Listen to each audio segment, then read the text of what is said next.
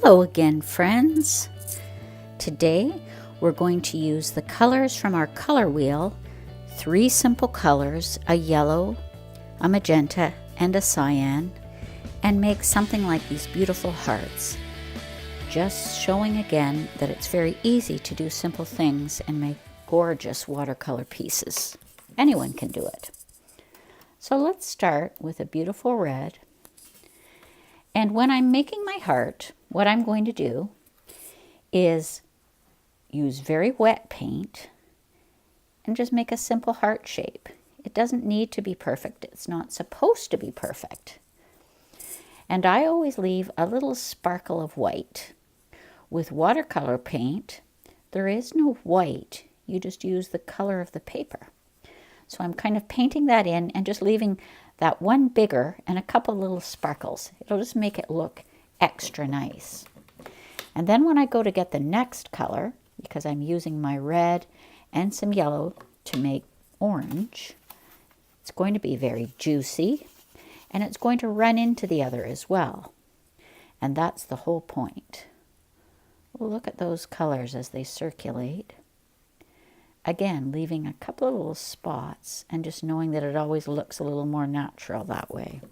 Not pretty in itself. Gorgeous. Could be a little note card, place to write a little message. And now let's try a bigger line like I had in the example here. Going to make a pink heart again. Just freehand it. Again, anything too complicated sometimes just poses more barriers for experimentation. And really, just like the golf swing, watercolor painting is all about experimenting. The more that you experiment, the better you'll get. Now, if you didn't like the idea of painting at all, well, then maybe you wouldn't want to even pick up the brush and try. But for a lot of people, they want to try, they just don't think they can.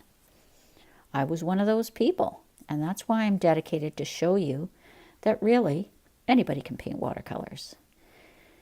Now I'm deliberately again allowing the pink to kind of blend in. Sometimes it's nice to even tip the paper a little bit. And I'm just kind of helping it along. I think it looks really pretty like that. Sometimes I even add some extra paint on top of it just to make the mix extra nice. And adding some more pure yellow as we now move into a yellow heart. I'm only having a little bit touch the surface of each other so it isn't overwhelmed and we still see the base color. Isn't that lovely? Again, the orange kind of mixing into the yellow, providing beautiful streaks and colors, and that's the joy of watercolor. Now I'm going to be taking some blue. I'm going to be mixing the blue heart. And actually, because we're only using 3 colors, I'm going to add the yellow to it and make it the nice, vibrant green that we saw with our color wheel. Beautiful. Just beautiful. And finally, I'll finish up with just a pure blue.